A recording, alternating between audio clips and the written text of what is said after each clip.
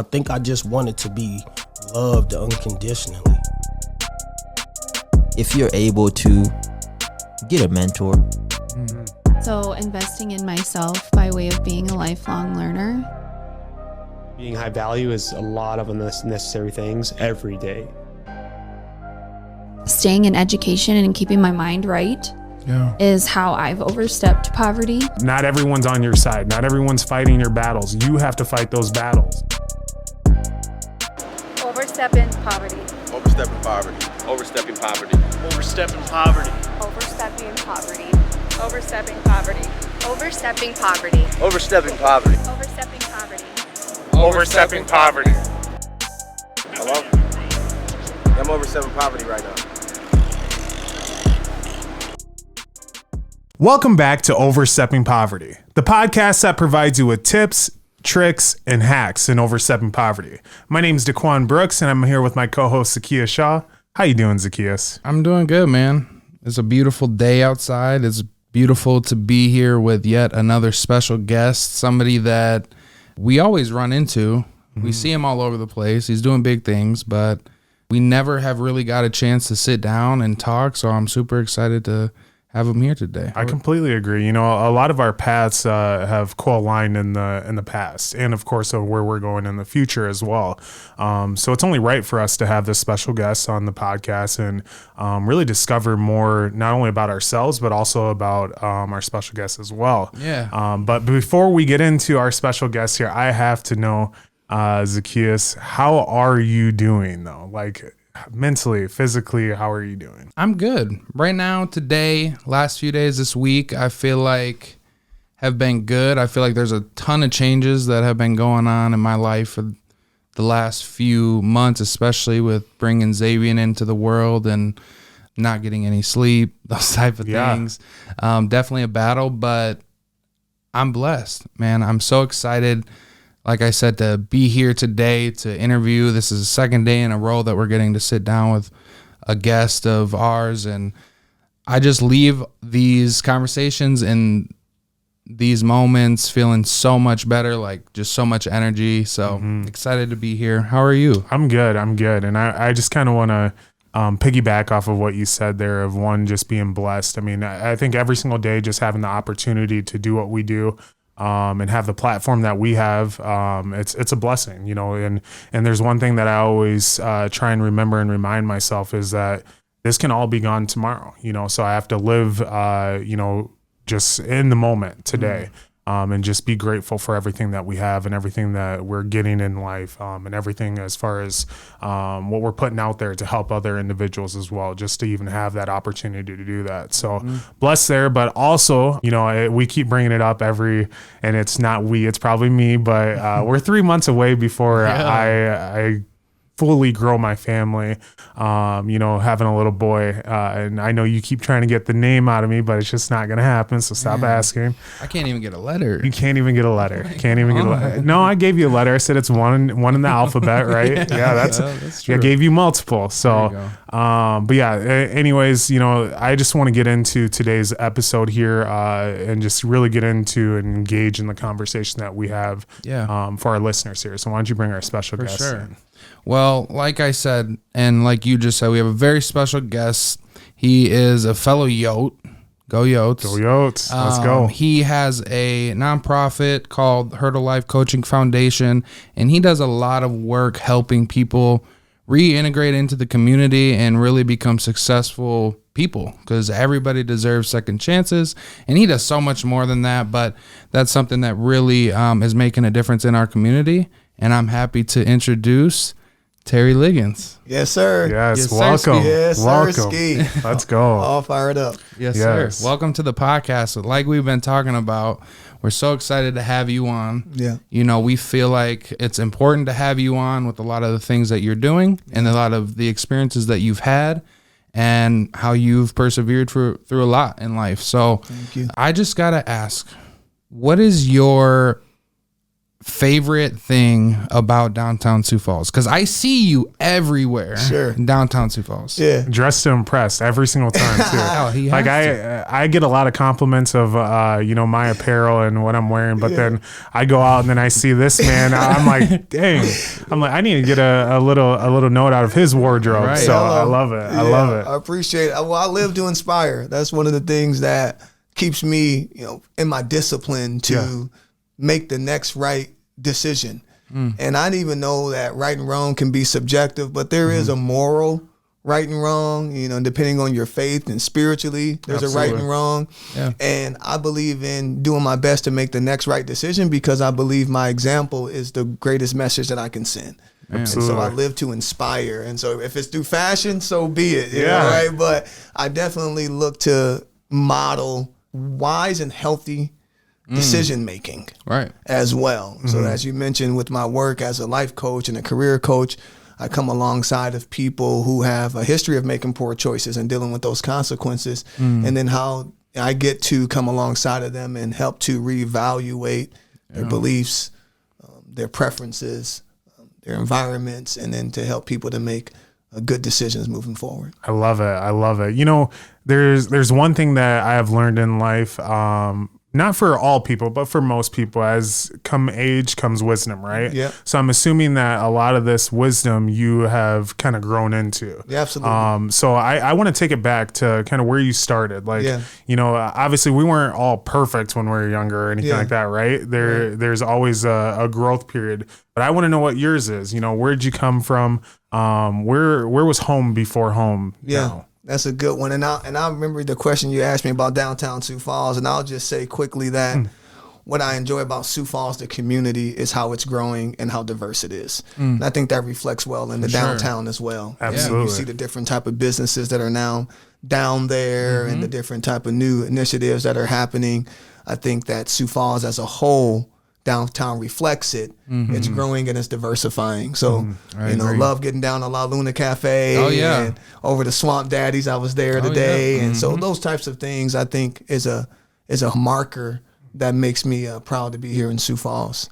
Absolutely. I agree, man. Before Sioux Falls, I was in Vermilion down at the University of South Dakota. Before Vermilion, I was in Omaha, Nebraska. Okay. So that's where I was born and raised, there in Omaha, in North Omaha. And so that's the part of the community that is saturated with drugs and violence and gangs. And that's not uncommon to any inner city. Right. You go to Miami or Detroit or parts of California, there's an inner city everywhere. And in Omaha, that's where I was born into. And my mother, Cynthia Liggins, shouts out to my mama. Yeah. She's going to love that. Mom. Yeah. But my mother, Cynthia, raised 6 kids on her own. Oh, wow. And when my father left our family, I was 4 years old, and my mother was expecting her 5th child at that time. Wow. She ended up having 6. So after my dad left, my baby sister was born 2 years after my little sister, and I was raised in a single-parent home with 5 siblings. And growing up, my environment was rich with love and acceptance, forgiveness, grace. So often what's misperceived about growing up in poverty is that like you're poor. Right. Material wise. Right. Hand-me-down clothes. Yeah. Right. Food pantries. Yeah. Angel tree programs from the churches for Christmas and free turkeys from the community centers. Yeah. Right. But my mother, she was very wealthy when it came to joy, love, grace, and acceptance. And so our doors stayed open to our friends, to neighbors. My mom is still that way today, where you never know who's going to show up today at my mom's house, mama sent house. Right. Yeah. And so I've been able to adopt that and keep that with me.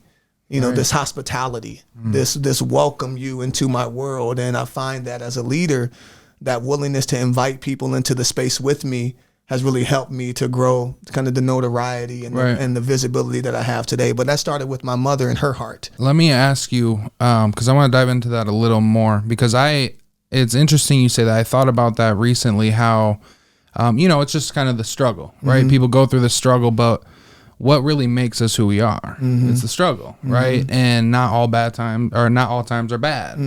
And so with your mother having so much love and energy that filled you, did you always notice that, or did you notice the material difference growing up, and if so, at what point did you realize, like, oh, like they might have that, but they don't have the love that I get from my mom? Yeah, Zach, that was in hindsight.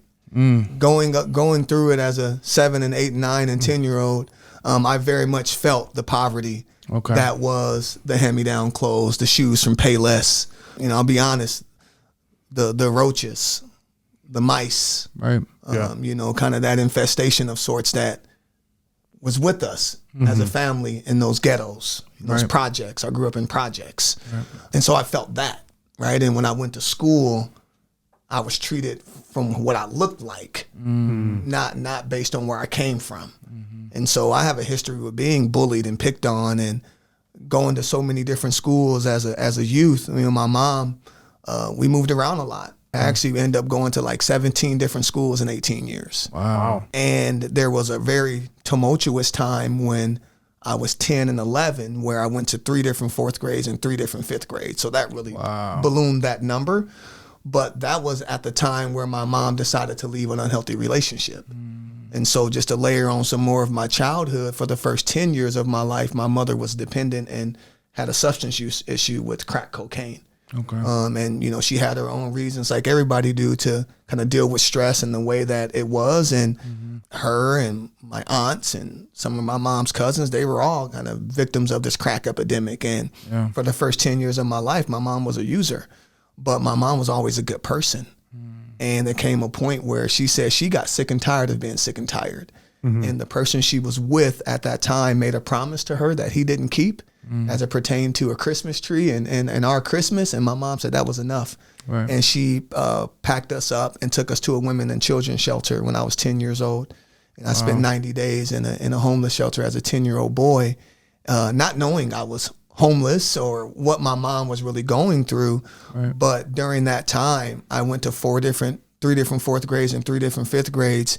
And that was just a really unearthing time in my childhood to be a 10-year-old homeless youth with my mom and my siblings at the Lydia house in Omaha. But I can tell you that changed my life forever because my mom put down that drug and hasn't picked it back up in 28 years. Wow. And so she's my example of resilience and recovery. I see that in hindsight. And I was going through it. It was uncomfortable. I was uncertain. I was afraid. I was going to school afraid, you know, being the new kid and those things. But to look back over my life, I realized how privileged I was in the spiritual, but the material lacking, I very much felt. Right.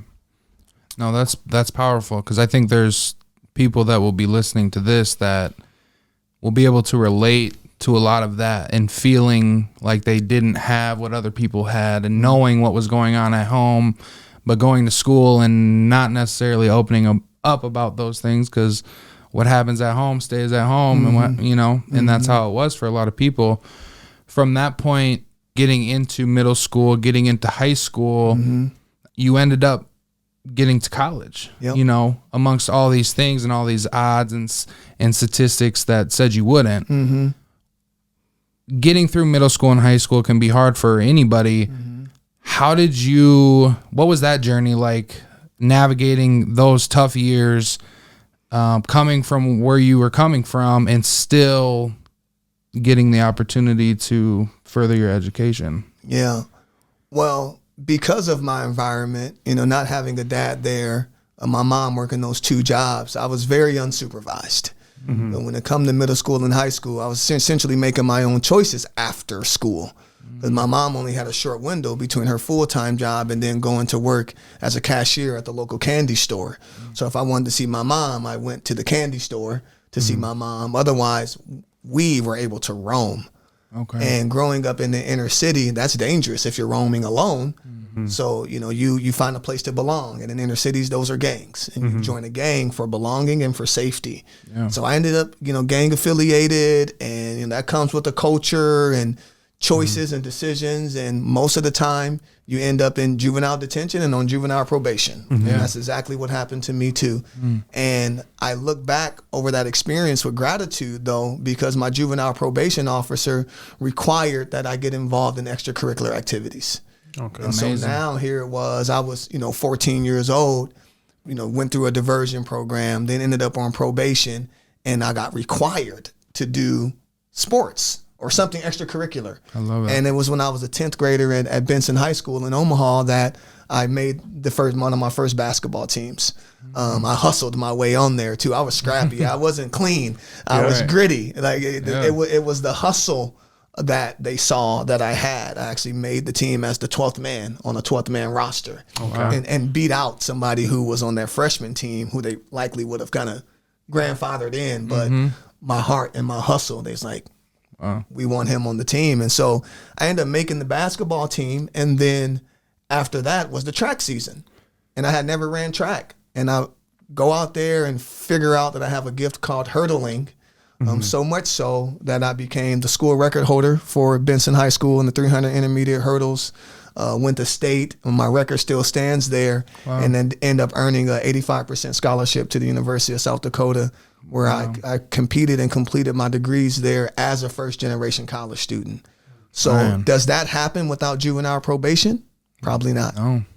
So, I feel like it doesn't, there's more to that though, because even when I went through high school, middle school, elementary school, I found that when I did join, after school sports or anything like that, I became a part of a group. I became part of something more. But it taught me life lessons all the way through that I could take on to truly, I went to University of South Dakota as well. Also did track, but it taught me how to truly navigate in life, and so what I want to know is when you were forced into these sports here, what is it that you took out of it when you did become involved in something greater than just you? Because a lot of those sports, even though track people are like, yeah, you got to do it on your own, it's still a team sport. Absolutely. So what are some life lessons that you feel like you learned going through those? Oh yeah, good question.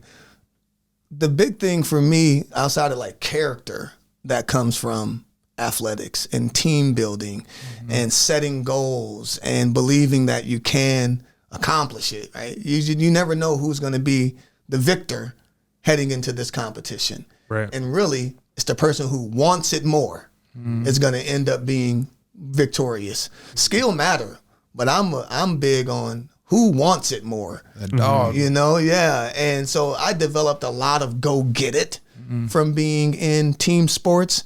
But what I also really realized mostly was that there was a wiser, safer way, more positive way to spend my time. Okay. All of a sudden, this became a place to be that wasn't risky, dangerous, or had negative consequences associated with it.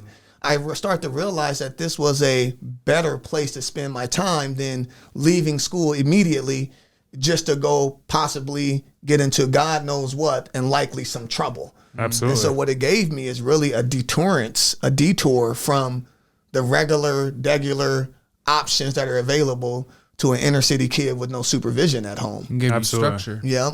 And a family, right? Like it started to give me this brotherhood and sisterhood with my teammates that I didn't have in my neighborhood. That type of sibling camaraderie was with gang affiliated people.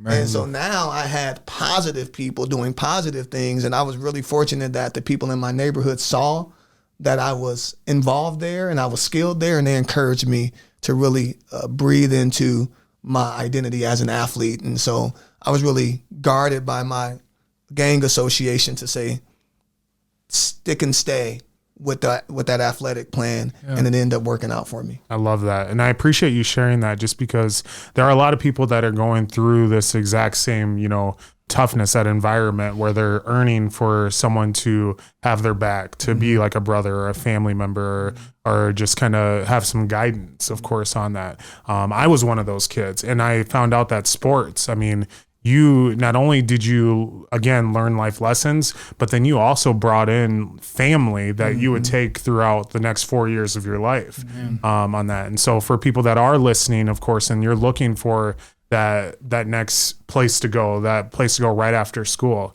Join sports. I promise you that you're going to find so much more into that. And it's going to take you through a lot of life journeys, and it's going to teach you a lot of life lessons that will honestly propel you forward more than a lot of people than you even know. Yeah. So, and I want to get this perspective from you as somebody that with troubled youth, finding sports and diving into sports and really finding confidence, right? Because that was probably the biggest thing that you gained from all of that, was the confidence to believe in yourself and know, like, I'm really the best. Yeah, right? pretty good. And then getting into college, going to college, getting your degree.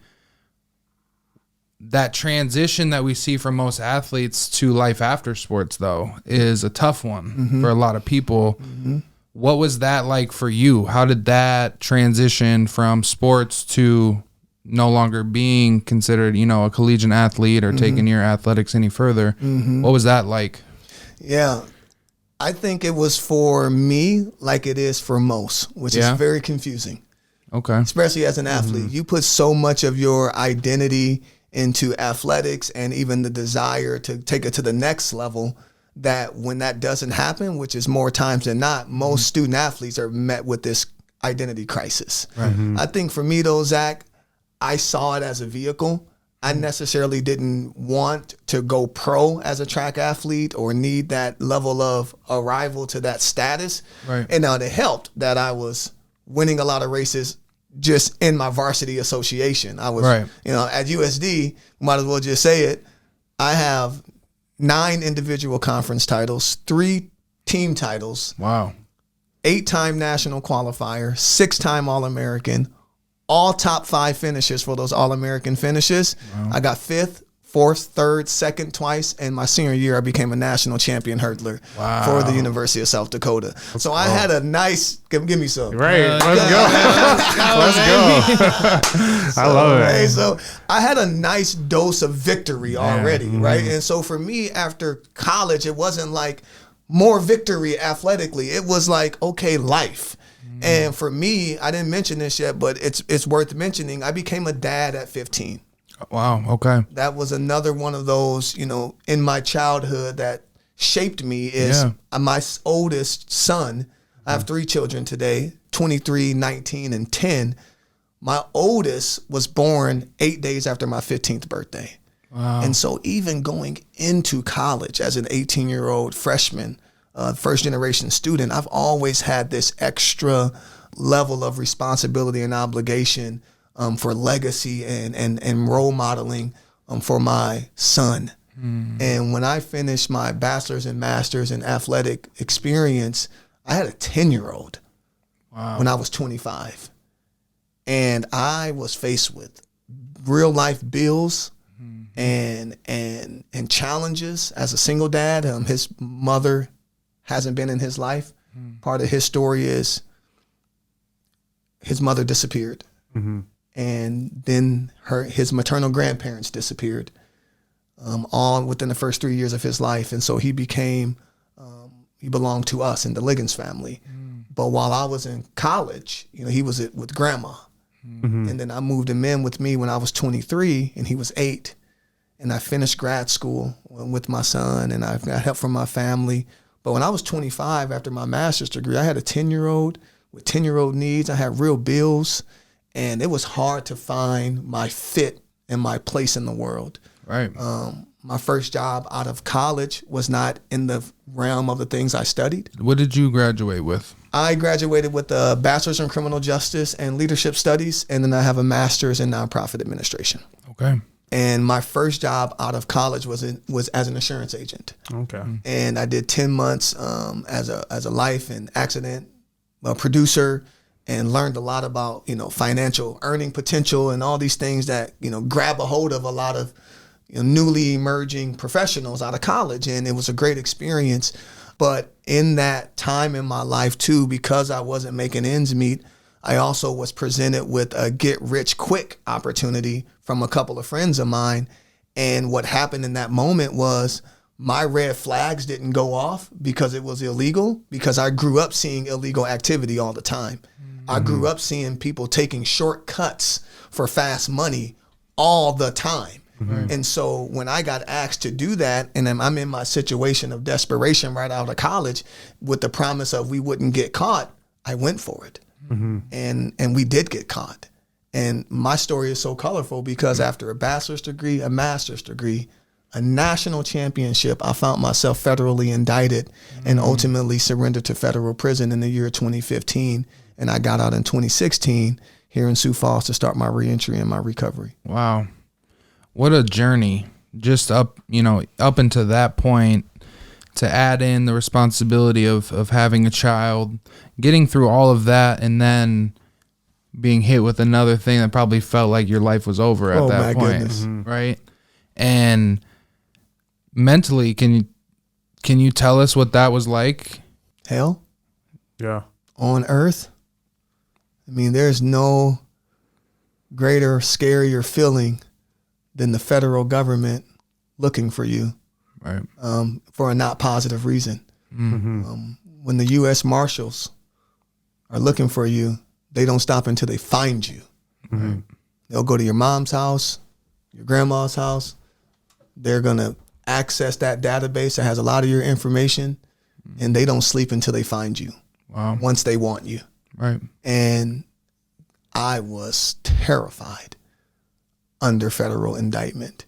And I was confused because here it was, I was this first generation college student, pride of my family, star athlete and student leader at USD. I led our Black Student Union, started the very first Black Student Union at USD. Wow. Became the Student Government Association president at USD. And then I was federally indicted and on my way to prison. I was confused. But when I got to prison, I got some help there. I went to treatment when I was in prison. This is how my life changed and where my life changed. I ultimately did 14 months in federal prison. I would have done longer had I not went through the treatment program and accepted the responsibility for my actions in that conspiracy, because I was sentenced to 39 months. But for 13 and a half of the 14 months I was in federal prison, I was in an environment that opened me up to mental health, how I think, my beliefs, my values. And this was a conversation I had never had in 30 years in my life. Wow. Of what are my beliefs? What are my values? What are my thoughts that I had before making a decision? I've never slowed down to think about the decision I was going to make. I went with my gut. I went with what felt right, versus what is right. And by spending 14 months in prison, it was really a pause time where I got to really evaluate who Terry was and what shaped him. And then I got to redesign and redefine the things that I was going to be about moving forward. And this is the person you see today is a redefined and a redesigned Terry Liggins than the one that ended up in federal prison. And you rise like the phoenix from the ashes. Right.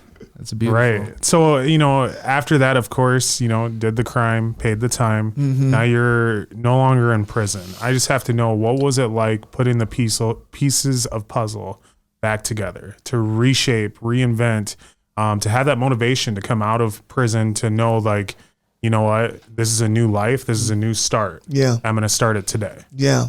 Well, I can tell you what helped is my athletic mindset, the Hurdle Life mindset, right? The name of my nonprofit is Hurdle Life Coach Foundation. Yep. The core company belief is that just like on the track, the obstacles and barriers in life are also meant to be hurdled. So we say Hurdle Life. I love that. And between you and your finish line are hurdles. Finish lines are your goals. Right. But for me, I knew who God had created me to be. I just hadn't tapped into that yet. I tapped into portions of it, but I had not seen my full potential. But I knew the vision God gave me to be a community leader and an influencer and a person who inspired the masses like Dr. King did. Right. And so when I got out, I knew who I was, but I also knew I had a task before me to demonstrate that and prove that to the community. But with me, I was wired as a hurdler. Yeah. So I was excited. I was ready to go. Yeah. Fired up. Ready to take on this new endeavor of hurdling my reentry and my recovery. And so I had such an open mind and an excitement to have that behind me.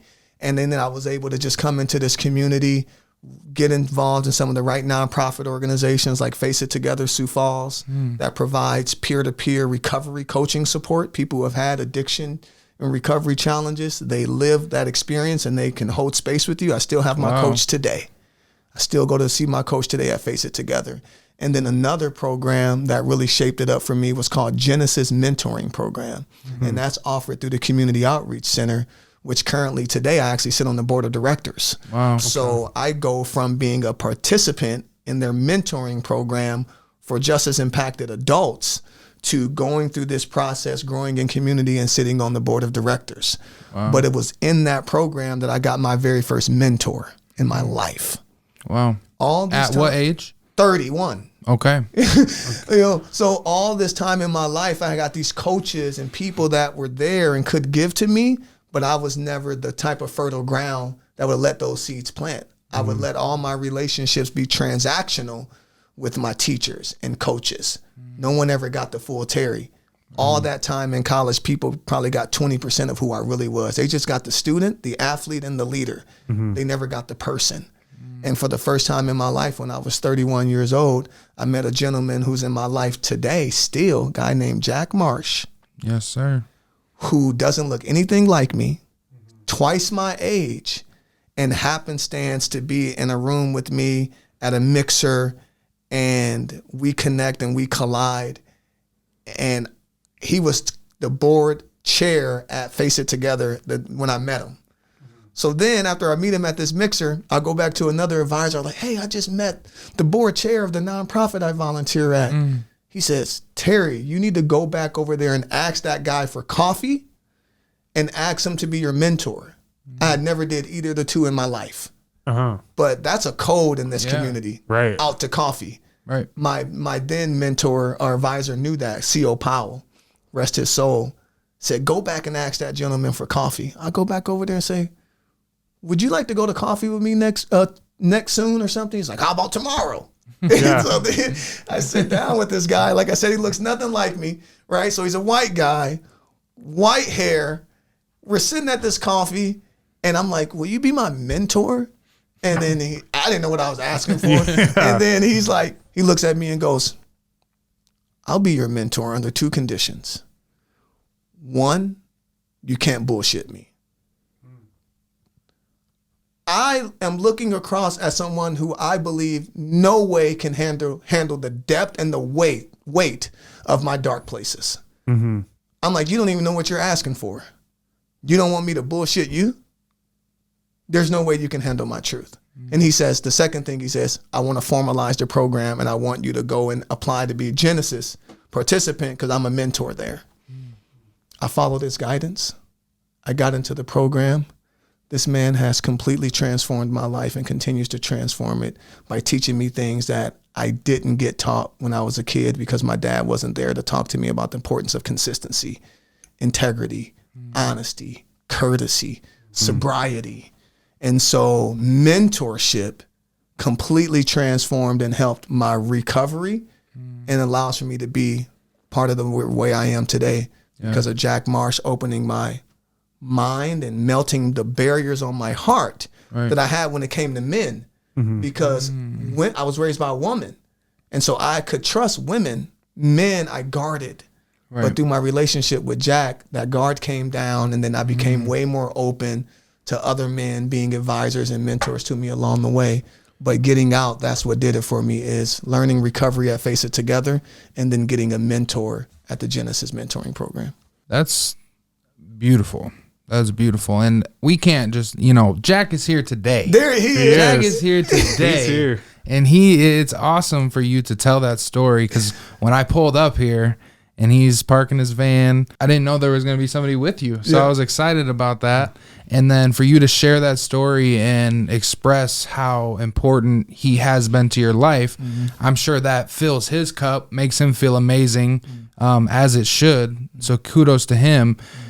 For you, having that relationship with men, the negative relationship that you had, going through the time that you did, what made you comfortable with accepting a man that didn't look like you and a man in general? What allowed you to trust that was going to be somebody to trust? Yeah. Well, Zach, it wouldn't have happened without going to treatment. Because when I was in treatment in prison is when I learned the 8 positive attitudes for change. I went through a program there. It was very intensive. It was a residential treatment program. It was cognitive behavioral therapy. It was peer-to-peer accountability at a very intense level. Yeah. And what we were taught were the 8 positive attitudes for change. What is rational and irrational thinking? What are criminal thinking errors that lead people, normal, ordinary people, to make criminal choices? Things like super optimism, overconfidence, which is the thought that I can get away with it. Every person who is incarcerated has an issue with super optimism, thinking that I can get away with it. Right. Every person who is incarcerated has an issue with entitlement, meaning rules don't apply to me. And so being introduced to my criminal thinking errors, like super optimism and entitlement, helped me, but also the 8 positive attitudes for change, which are responsibility, caring, open-mindedness, objectivity, willingness, humility, honesty, and gratitude. And then I released with honesty, humility, and gratitude as champions for me. It was like, okay, here's who I'm going to be today. Now, I'm going to be an honest man. I'm not going to tell a half-truth. I'm not going to be silent when I know the truth. And I'm not going to distort or manipulate anyone. I'm going to own my history, my choices, and I'm going to be an honest man. I'm going to be a humble man. I'm going to be open to asking for help, open to receiving help, and recognizing that I need help. That's humility.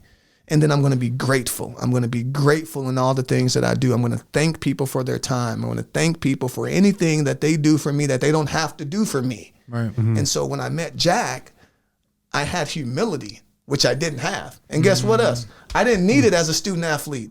Right. You was already him. I just needed the confidence to pass the tests and stuff, and I did. I just needed confidence to want it the best and beat people in track, and I did. So athletics didn't necessarily cultivate humility for me, and the overconfidence was a good recipe for athletic competition, but not in life. It's not good to be overconfident in life. You want to be realistic. You want to be measured. You want to be wise. You want to be calculated in life. So that's the transfer from athletics to life. But when I met Jack, I was way more humbled by life, but I was also choosing to live in humility. So when the Holy Spirit presented me Jack Marsh, a man who's agreeing to give me his wisdom and experience and saying he will do it as long as I'm able to be honest, it aligned with another one of my flag-bearing values. And I said, okay, yes, I'll do it. And so it was the humility that blessed me to open up to Jack and then to other people later in life. I love that. That's amazing.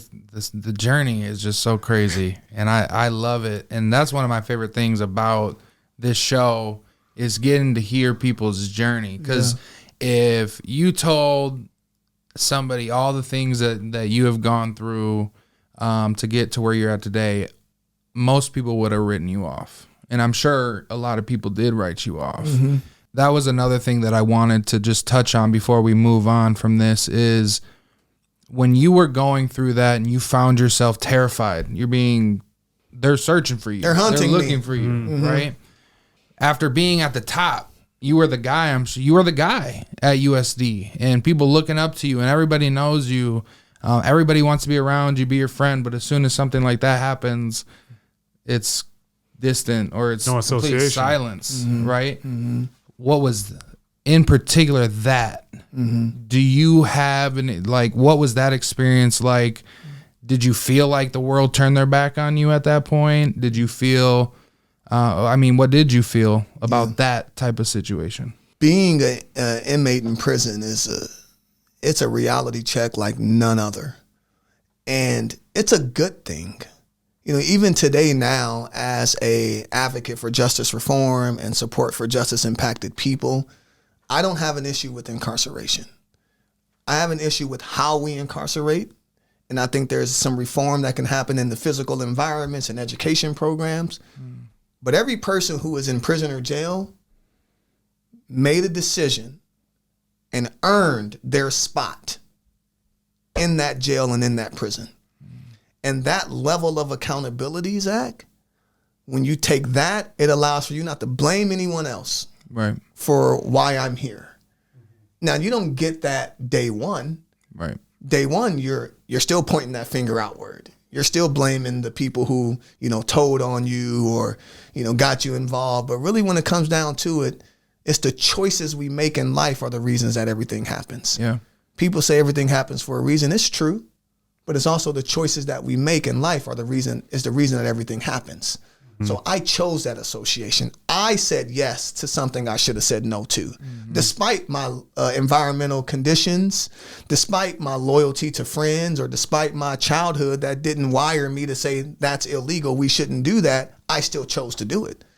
And so when I'm in prison and I'm working towards the true self-accountability to say, I got me here, this is something I did, that allowed for me not to be blaming others for what had happened, and allow for me to then set a type of foundation that I'm able to carry forward into the work that I do now. And so thinking about the people I let down, the people that scattered, it was hard.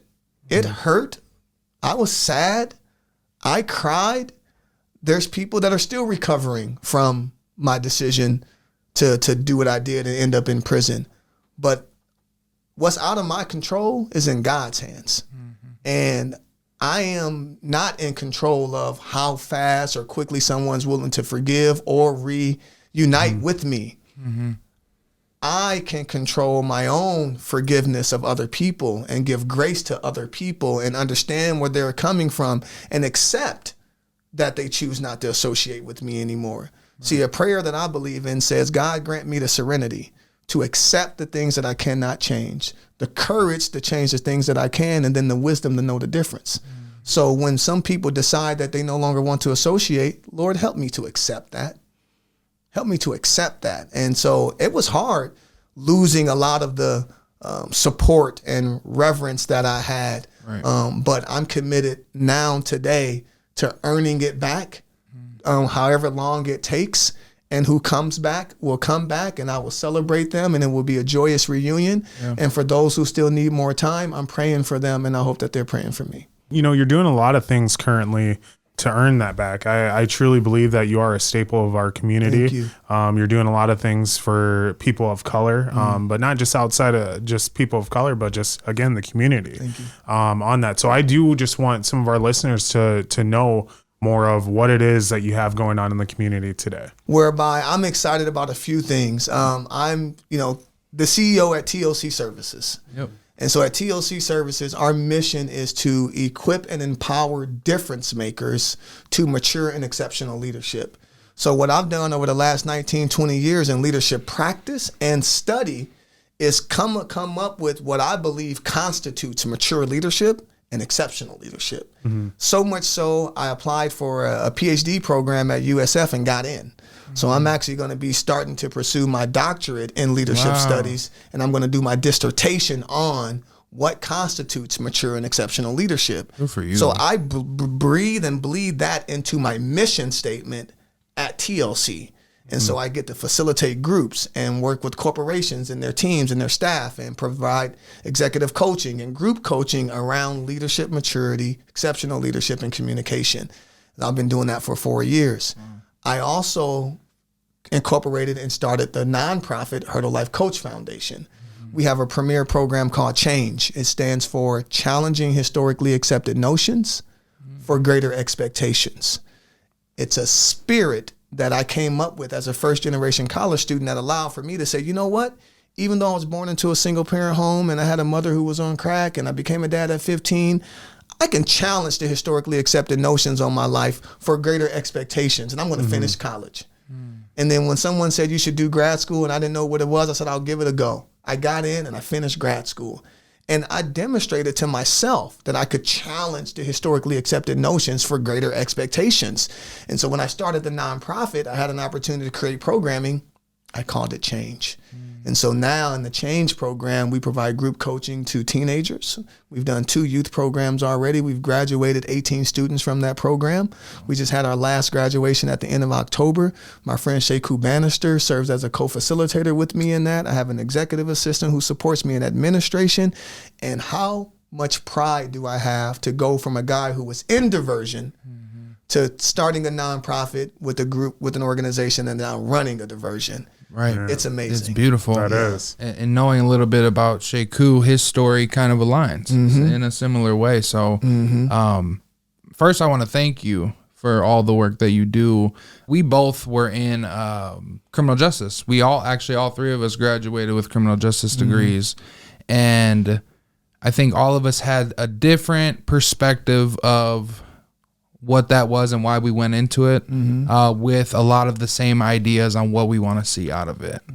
And years later now, we talk about how we don't use our degree, but I think a lot of the things that we went through with that degree align with what we're doing now. We wanted to see change in the criminal justice system, maybe not in the sense of becoming a police officer or a lawyer or whatever you think of, but in a way of changing the narrative for the people that are entering into the criminal justice system and coming out of it. With all of those things, awesome things that you're doing, one of the things that you really wanted to talk about today, and you made it a point, and I appreciate it because I had no idea that we even had this here. Neither did I. And so you have a new role as the program and services director in the newly established South Dakota Black Chamber of Commerce. Yeah. Congratulations, first and foremost. Thank you. What is that? What is the Black Chamber of Commerce? Yeah, it's a new organization that it's overdue for Black professionals in this community. I'm looking at 2 exceptional men right now, right, that when it comes down to it, likely are not involved in our greater chamber. Why do I know this? Because our chamber president just recently told me the membership of the greater chamber hovers around 25% of the incorporated businesses in the community. Only 25% of the businesses that exist are actually connected to our chamber. Wow. So there's 75% of business owners that are operating without being tethered to a resource that is there to help you with networking and education and financial literacy. And we now have an opportunity at the Black Chamber to target our population of people and connect them to those same type of resources. And we're going to do that not in competition with the Greater Chamber, it's as an extension with a shared mission. We're different organizations, but we still have a same and similar mission. We want to reach the community members who are in business and give them the resources and the environments to come together and talk about their business and learn about how to grow and scale their business. And we have a Hispanic Chamber of Commerce that started about 2 years ago. We're going to partner with them as well. And we're excited for this new momentum and energy for equity and inclusion and belonging for the marginalized. It's just a fact, right? That America, as great of a country as it is and as proud as we are to be here, it has a history of systematic oppression that we still feel today in marginalized populations. We can choose now collectively to be on the right side of history and partner in equity and inclusion efforts. And I think Sioux Falls is doing a good job of recognizing that this community needs that because of how it's growing and how colorful it's becoming. And so something like the Black Chamber is exactly what this community needs. And we're so thrilled to roll it out across the state in 4 other communities: Watertown, Brookings, Rapid City, and Aberdeen. We're also affiliated with our United States Black Chamber of Commerce and also our National Black Chamber of Commerce. So they're going to provide mentorship and resources. But I am so thrilled as our program and service director to just reach those who have not been tethered to education support, business support, financial literacy. And we're even excited that we're going to be helping to coordinate some access to capital for some of our Black entrepreneurs as well. And so we're going to help truly bridge the gap and close that opportunity gap by infusing business literacy, financial literacy, and access to capital into the Black community across the state of South Dakota. Man, that's exceptional. And there's listeners, including myself, who are just asking like, well, I want to know more about this, Yeah. So where can they go to learn more about this and get involved or join the BCLC? Nice. Well, 2 places. One is the launch event and ribbon cutting, February 1st. Okay. 5:00 at Startup Sioux Falls. Okay. So I've been doing some work with Startup Sioux Falls for the last 2.5 years, on contract, helping to do some business accelerator coaching in partnership with LSS and their non-native English speakers that they attract. And so I've done 2 of those co-starter programs. I've done a boot camp with Startup Sioux Falls. I'm a member there. I love what they're doing. They're behind us as well as far as this wave of entrepreneurship and enterprise through the Black Chamber. And they've donated their space for us to host our event there from 5 to 6 o'clock. And then after that, we're actually going to head over to Bin 201 for a mix and mingle mixer from 7 to 9. And the community is welcome to join us there as well.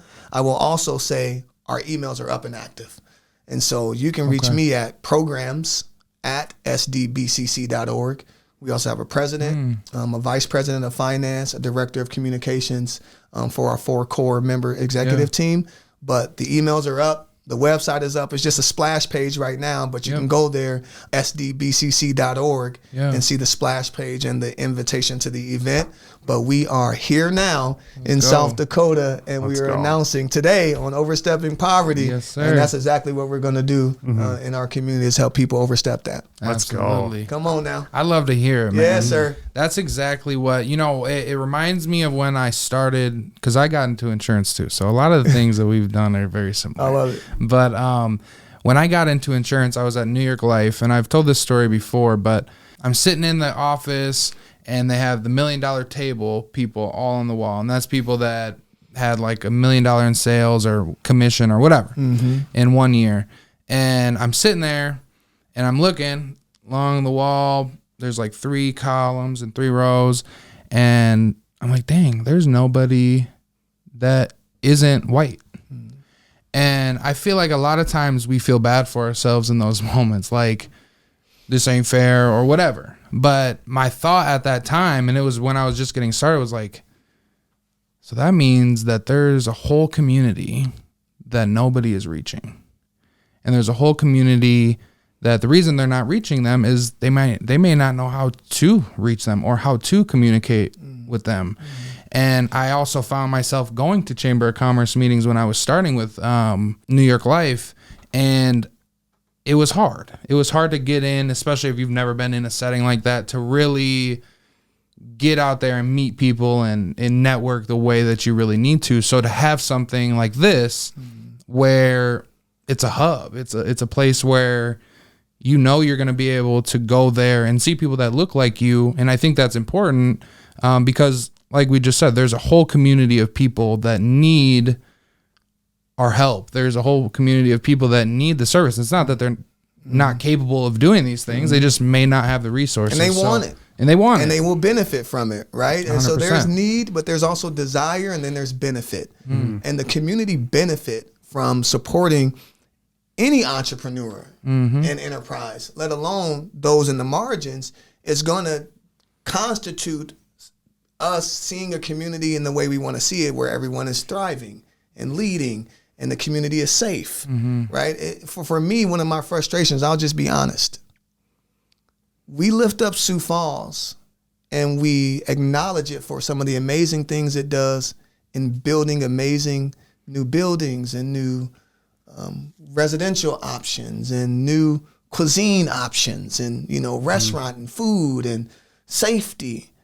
But I want to see us get to the day where we're proud of how well we're doing in the margins with the homeless in transition, with the formerly incarcerated, with the Black people in your community, the Hispanic people in your community, the immigrant and refugees in your community. If I'm in a position of leadership of the highest order in this city, I'm not content until I'm in the margins as well. It's not enough to just brag and boast on the middle class and above having great quality of life. There's more people here who also deserve to have good quality of life. And so absolutely there is need there, but there's also desire, deep determination, skill, ability, faith. There's a lot of ingredients in the margins that is prime and ripe for success in life.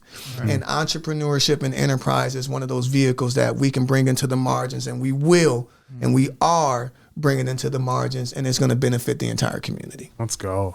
I don't know if I can even count how many times I've had goosebumps since we started. This is amazing. Yeah. But that actually does lead me into my next question for you here before we actually move into the next part of our episode. And it's going to be a pretty heavily weighted question because it involves your opinion. And most people, when you connect the word poverty to this question here, they usually just think of just one thing, monetary. But for you, I feel like you may think of something completely different just from the life events that have happened and the growth that you've had. And that's, what is overstepping poverty to you? Thank you. When I think of overstepping poverty, one thing I think of is an acronym that I coach on, and it's called POUR. And if you look at the acronym and the letters, people end up poor because of some of the environmental conditions that are there, but also because of their own selves and the way they pass over opportunities repeatedly. POOR, passing over opportunities repeatedly. And when I think about overstepping poverty, I think about more of how there is such a need and an opportunity to help people in poverty see the opportunities that they're passing over. Awareness. Yeah. Yeah, I think we have to cultivate much more visibility and awareness to the opportunities that will help to elevate you, your family, yourself out of this class of paycheck to paycheck. And poverty is yes, monetary, but I think it's mindset too. It's poverty mindset, and it's not being aware of how to get out of it because you're saturated with, here's the options I have: gang, sports.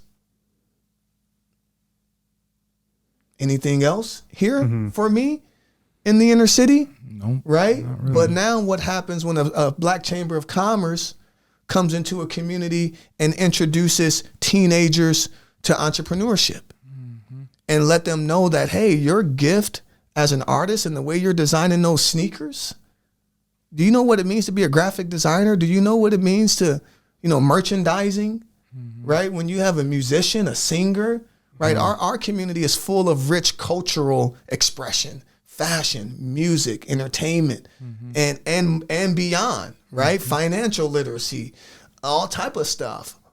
But I think overstepping poverty has much more to do with creating more opportunities for people in poverty to say yes to versus, how much money they have or don't have. Right. And so how do we infuse more of those doors into communities where there aren't those resources so that we can overstep poverty, not being poor and not passing over opportunities repeatedly. Yes. That was amazing. Again, another one. Another one. I warned you, Zach. Just drop it. You did say this. You did.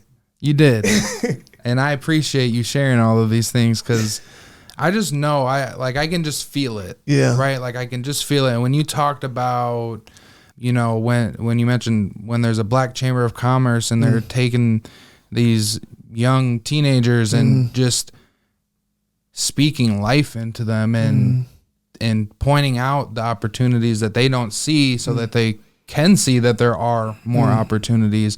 I just think it's so important. I think that's the goal of overstepping poverty. I think that's the goal. That is the goal of what you're doing.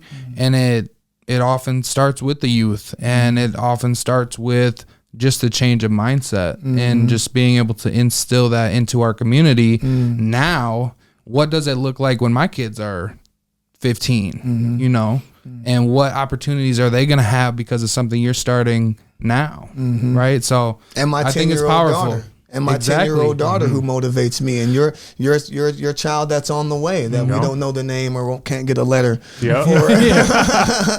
No name. Yeah. But I do want to say I have such a gratitude in my heart. I need to express it. I want to say thank you to both of you for what you're doing with Overstepping Poverty. I've been watching this movement and this motion for the whole year you've been doing it, and I've been impressed. I don't show up to places where I'm not impressed. I don't show up to places where I don't think it aligns with my purpose and the mission that I have and what God's given me.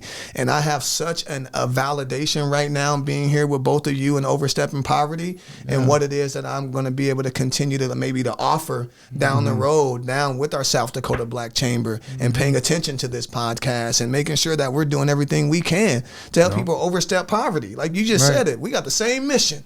Man. You know what I mean? And so I just really want to thank y'all for the devotion, the discipline to put out this message for our people. And it's just an honor to be here with both of you. I appreciate that. I appreciate that as well. It's nice to get those words of affirmation, encouragement, and really get those flowers, because you're right. At the end of the day, we all want the same thing, and that's to be able to go home at the end of the day, be able to, if we need to buy some, go buy it and help when we can. You know what I'm saying? And I think that's our biggest duty as humans, is just to continue to give back. So I appreciate it, man. Thank you so much. And I do want to now open this up to what we call as roundtable. Obviously, we've asked plenty of questions to you here. I think it's time for you to get some questions out for us as well. Nice. I was wondering about that. And I was all about being this open book, but I love the opportunity just to ask some questions to both of you. And what I guess I'm curious of in my spirit now is why this topic? Yeah. What kind of compelled the genesis of, we'll start a podcast, but we're never going to start a podcast about overstepping poverty. Right. So what drove that angle? Is there a lived experience? Is there someone else's experience? Or what was it that made you choose poverty as the central thing you wanted to discuss on your podcast? For me, it wasn't something that I was really wanting to do. Honestly, it wasn't something that I felt, not that it wasn't important, because it is. I just didn't necessarily like the name poverty being in the name of our business and our podcast, right? Because I'm big on words and the things you say and the power of the tongue and all those things. But when you add the overstepping into it, it really changes things. And Daquan actually came up with the name. And when he presented it to me, I'm like, no, there's no way. And I remember when we were talking about what topics are we going to do? I remember being like, okay, let's talk about Coach Prime, because he just got his job at Colorado, and seeing what he did at Jackson State. And I just felt like that's part of the culture, and it shows the growth, and it's not a line of exactly what we're doing right now, but in a way it is. So he was like, no, just think about it, basically. And so we thought about it. And, ever since we were in college doing the criminal justice, in the criminal justice program, getting our degree there, actually both of us from there, we went to a residential treatment facility with LSS at Summit Oaks. And we both worked there as residential counselors.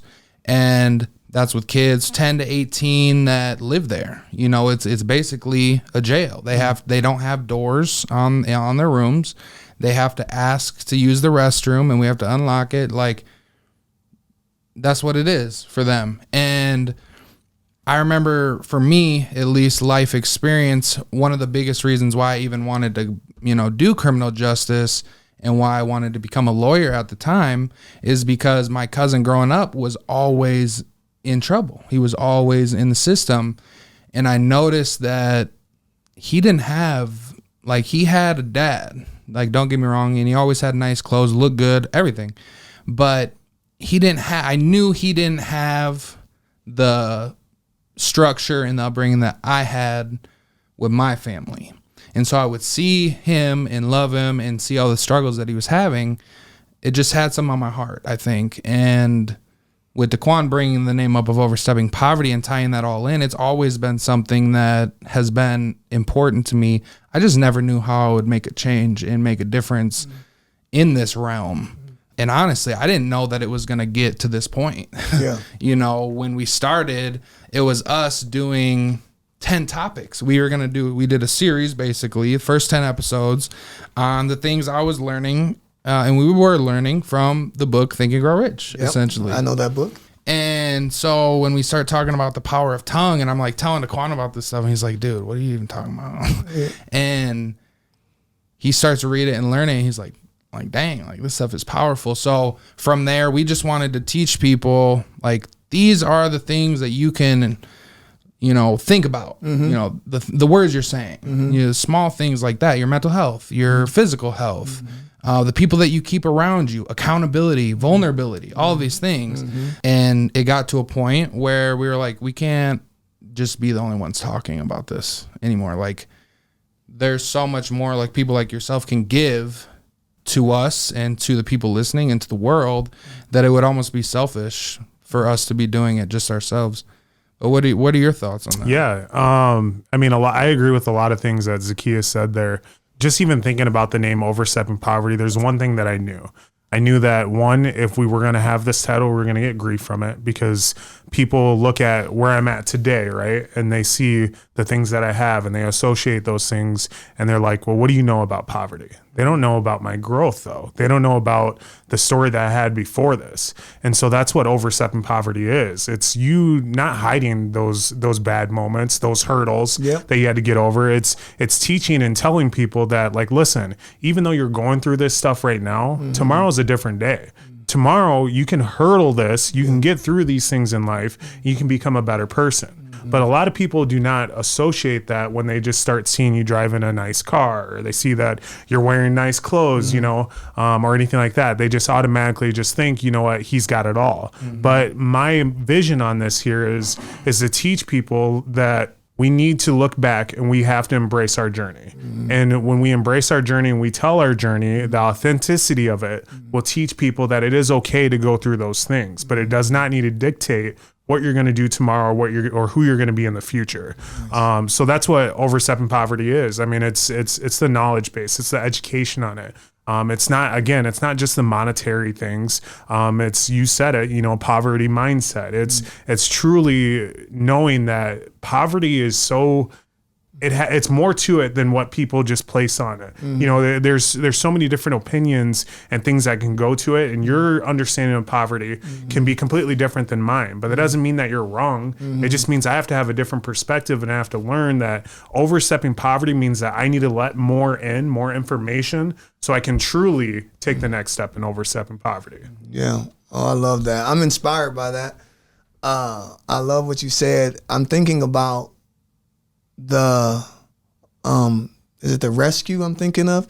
I'm thinking about the helping people to see themselves bigger than the environment that they're in. That's what I'm seeing. That's big too. Yeah. It's just, it again, inspired. It goes back to that, just like breathing life into people. Like, I know the feeling of when you sit down with somebody and you're having a conversation with them, and when you sit down, it's, oh, hi, how are you? And then by the end of that meeting, they're like, I'm fired up. Like, I'm ready to go take my business to the next level. I'm ready to go build this relationship. Or the energy that I feel like all of us can give people just to believe in themselves, it's very powerful.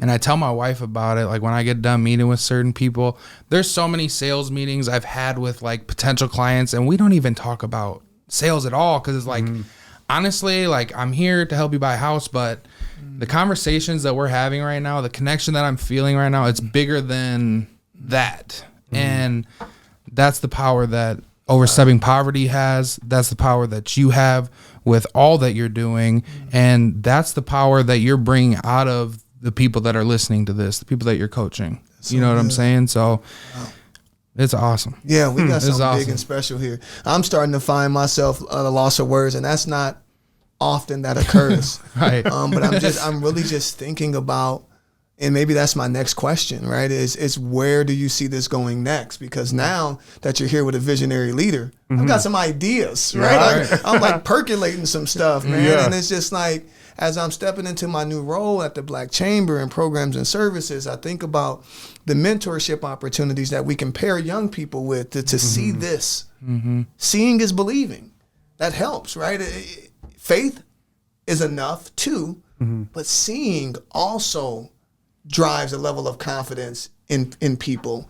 And I'm just thinking about how, not only with the young people that we'll get to connect with, but adults as well. right? That are still building their confidence and still operating with the same level of information they were given as kids. And so we got 25-year-olds, and I'm really ecstatic to work with the 18 to 30-year-old young Black people we have here in our community that are still trying to find their way. Nice. And then we can connect them with big brothers and mentors and people that are doing positive things like this. I'm myself starting to just get excited about what a partnership can truly look like with everything that I am and everything that I have to offer. But what's in your mind, like next step for Overstepping Poverty? What are the things, the next versions of this? Truly, I feel like this can go many different ways.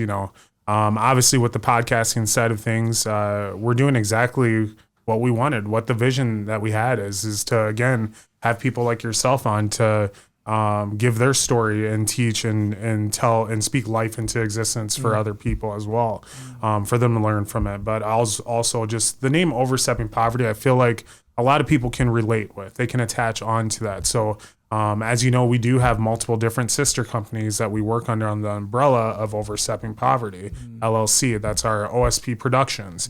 Again, when we want people to speak things into life, podcasting is a huge thing nowadays. And it's a way that people can, of course, express themselves, that they can, if they do have mental health issues, you know how much easier it is than to just bag everything up and hold it inside, to actually just get on a mic and just speak it or write it. Exactly. Yes. Yeah. Therapeutic. Exactly. It is. It's good. Very therapeutic. So we have our OSP production side on that there, where we do we take all the hard stuff out of podcasting. You don't have the equipment, can't afford it, can't do this here. We do it all for you. We'll bring it to you and create that podcast that you dreamt and make it into life. But also we have our clothing brand. But a lot of this stuff kind of formulates back to us teaching, and that's definitely something in mind that we have, whether we get into high schools, middle schools. We've spoken with other companies as well that would like to partner with us so that we can do that. But yeah, so I mean, I think we have a huge vision. And it's just us putting our feet to the ground and honestly staying course. And we welcome any opportunities when it comes out there to discuss those and see what we can nurture from it. But yeah, we're definitely open to everything here. Yeah. We get asked this a lot. And I feel like for me, it seems to change every time, just because that's the power of this, right? That's the power of having a conversation where we've known each other just passing by for a few years. But it took this to build a connection, right? And have an actual conversation with somebody so that I can understand who you are and why you do the things that you do and why you're so passionate about what you do and why you're all over the place. It's because you're on a mission. That's right. Right. And I think that's powerful. So each time that we get to have these conversations, it seems to open up more opportunities each time. And honestly, I don't know where this will go. I know that this is special. I do 100% believe that this is a brand and a business and a podcast and an enterprise that will be known globally, just simply because of the name. And it can be something that people relate to all over the world because we all have a brain, right? Yeah. And we all deal with mental health, and we all have to fix that mindset at some point. And when it comes to getting into the schools, like Daquan mentioned, and mentoring, I think that's a big step for us because it does a few things at that point. Not only are you getting connected to the youth, which they're the ones with all the juice, really. You know what I'm saying? They have all the fresh ideas, and they have a different perspective that we don't have. But at the same time, what does that do as we grow older? We're staying connected to people that are changing our city, so that when we get to a point where we're the mentor and we're able to guide people along and lift them up, the opportunities we'll be able to provide and resources and all those things we never had. So I don't know. There's so many things that could happen, and I would love for this to be the biggest thing ever, of course. Nice. But getting into the community, making a difference, connecting with businesses like yours. I think of places like Think 3D of doing a lot of mind work and helping people just take that next step to becoming a better person.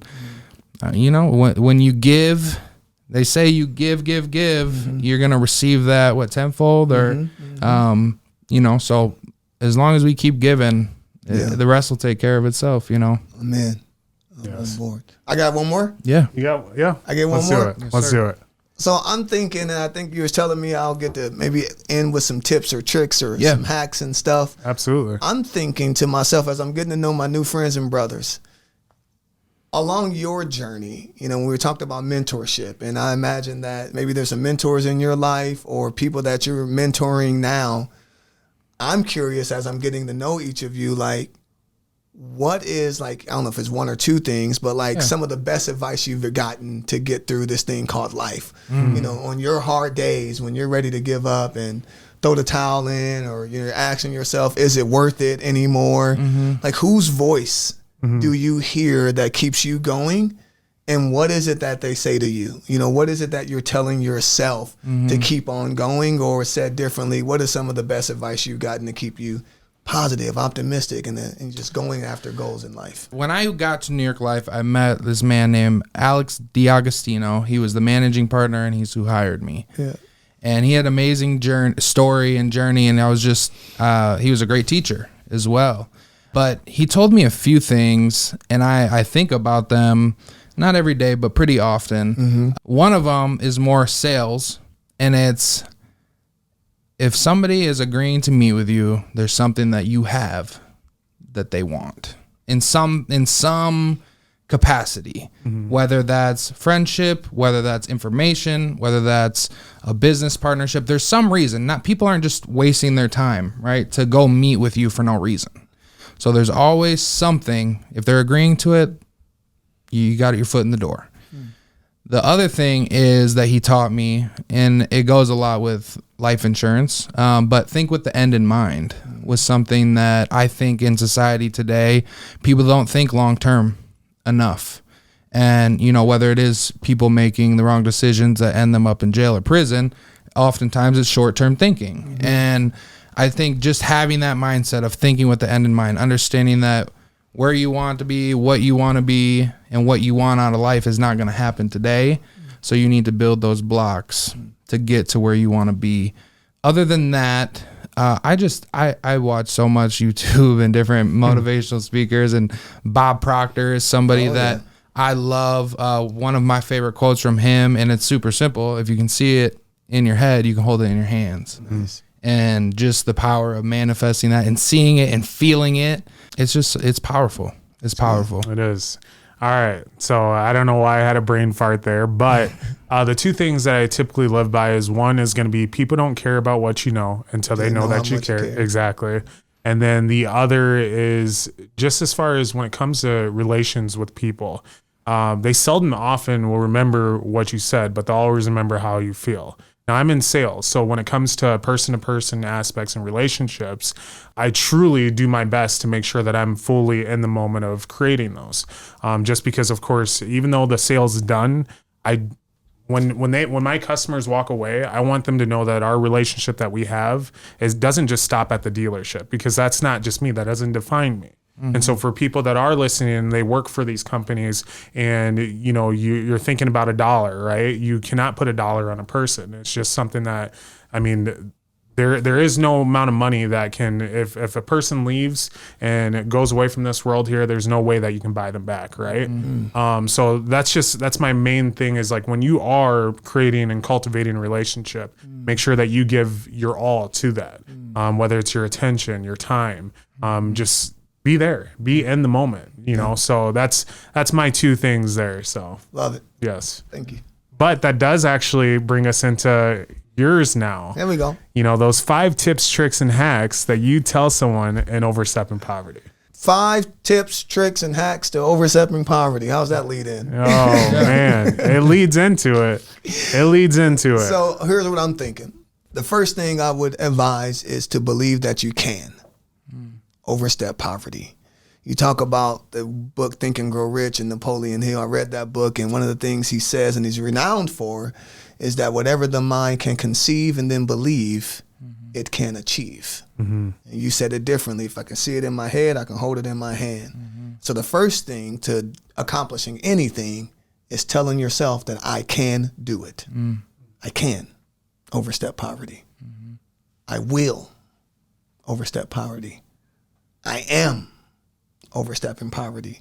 The intentionality of speaking my reality into existence through the words that I choose to say. First thing is believing that you can. We mirror that in my coaching at Hurdle Life, the mentality of getting over a hurdle. The first thing the hurdler has to do is believe that they can get over the hurdle.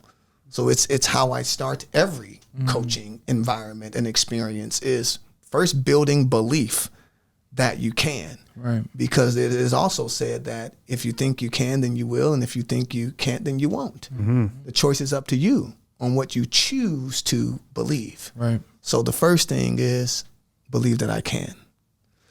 The second thing I would advise when it comes to overstepping poverty is to get educated, right? To explore the concept, the topic, and to figure out what constitutes poverty. How do people end in poverty? What does that really mean? There's material, there's spiritual, there's all different type of currency. Financial is only one type of currency. You know, there's social capital, there's professional capital, there's relational capital, there's spiritual capital. And so I think by exploring the term poverty with a little more humility, you can see that there's more there than just finances that we're looking to overstep. And a different type of bank account that we're looking to make deposits in.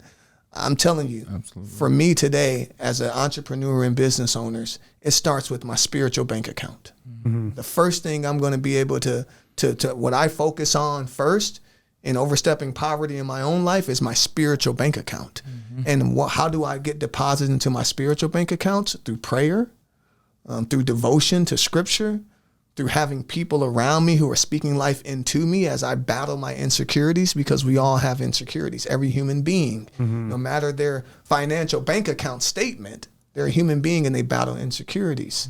And how you surround yourself with will help to build that spiritual bank account as you look to overstep poverty in that way. So I would just encourage a humility to the word poverty and to explore it maybe deeper than you understand it.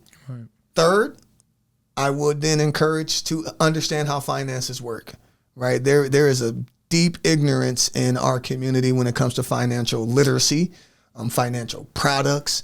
You know how many people die in inner cities and there's no life insurance in place at all? And so now those families are, on the corners selling baked goods, trying to bury their loved one because there wasn't real education around the importance of that financial product. And life insurance is just one financial product, right? A checking account is a financial product, a savings account, a CD, an IRA, and all these, a trust, LLCs, all these things that, unless you have that exampling in your family, no one's talking about that. I'm a first generation business owner. And so, I'm still learning more and more about financial services and products and literacy, but also my nephews and my children have been exposed to much more than I ever would have because of the entrepreneurship and enterprise lifestyle that I'm living. And so I think now beyond poverty, it's really going into financial literacy and products and being able to explore that. I like that. You like that one? The fourth step to overstepping poverty is getting connected with Terry Liggins and TLC Services and Hurdle Life Coach Foundation. Shameless plug, and I love it. I love it. Come on. Why? I have to ask you why. Yeah, I know a guy. I know him well. The dude will fire you up. Hey, because you don't need some motivation, right? Because, there's like hurdles and there's mountains and there's inclines and whatever you want to call it that's between you and your finish line, you're going to need some motivation. You're going to need some motivation. And I'm very motivated. I got all type of things that I tell myself and I tell my people to keep them motivated. I'll tell them, you know what? Persistence beats resistance. Every single time. Oh, you're struggling right now? That's cool. That's par for the course. Remember, persistence beats resistance every single time. It's not right now.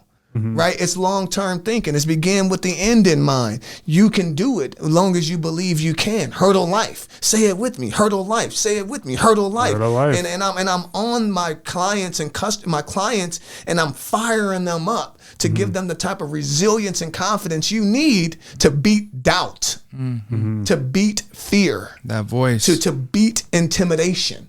Because if you don't have motivation, they're going to beat you. You're going to stay in bed. You're going to stay in the house. You're not going to post anything. You're not going to tell people what you're up to because you're intimidated. You're afraid of rejection and all this other stuff. But I'm like, hurdle life. I'm like, persistence beats resistance. I'm getting people all fired up. And so some motivation will take a person a long way too. Let's go. Come on.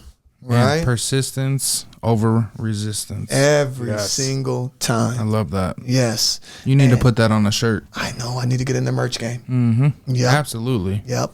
And then the final thing I'm going to say, and I'm glad I get a chance to say this because it's guiding me this year. So most people set New Year's goals and resolutions. I set a letter to guide me through the year. Last year was F.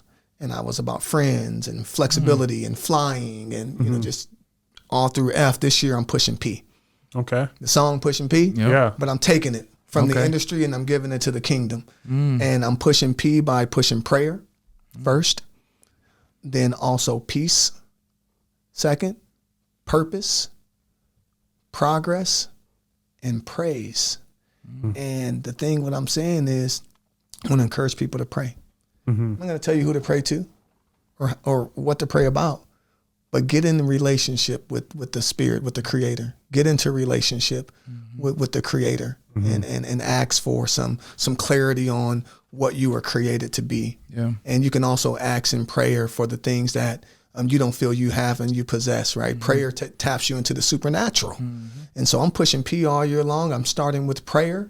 And I think that's going to also help us overstep poverty. It's having strong, devoted prayer life. Absolutely. Because when you do that, when you are praying, like you said, regardless of who you're praying to, you're learning actively more about yourself in those moments. And that's deep introspection. Deep. And I think you basically gave us 10 with the 5 at the end. Yeah, with the other P's. So I appreciate that, brother. 5 P's. Let's go. Pushing P. Yep. Yes, sir. Yeah. Well, we appreciate you being on our podcast here. Again, you have brought so much value to this here as well. And I'm sure in any room that you walk in, I'm positive you bring value. So again, we appreciate that. We appreciate all the knowledge and the wisdom that you brought to us today. I know our listeners are probably super motivated, probably pacing right now while they're listening to this. Right. Exactly. Typing it in right now. Yep. They probably wrote down the 5 P's. Again, thank you so much. You're welcome. You're welcome. Happy to be here. Thank you for what you're doing, gentlemen. You're leaders, you're influencers, you're difference makers. Your life matters. You're making a difference, and we're all better because of it too. So I'm looking forward to continuing to stay locked in arms, finding ways to invest in this movement and in this motion. And just thanks for having me here today. Absolutely. It was a blessing. Yes, it was. And as you guys know, this podcast is brought to you by OSP Productions, the podcast producing company that helps you make podcasting easy. No audio? That's okay. No visual? That's okay. No equipment? That is okay. We will help you and guide you guys through that process. Let's make that dream come into reality. Just go ahead and contact us at oversteppingpoverty.com or oversteppingpoverty@gmail.com. Thank you so much again for tuning into this episode. We'll see you next week in Overstepping Poverty. Thanks for tuning in to another episode of Overstepping Poverty. We hope you found this week's discussion informative and thought-provoking. We know that tackling poverty is a complex issue, but by working together and understanding the root causes, we can make progress towards creating a more equitable society. If you enjoyed this episode, please share it with your friends and family, and don't forget to subscribe to our show. Until next time, let's take the next steps in Overstepping Poverty.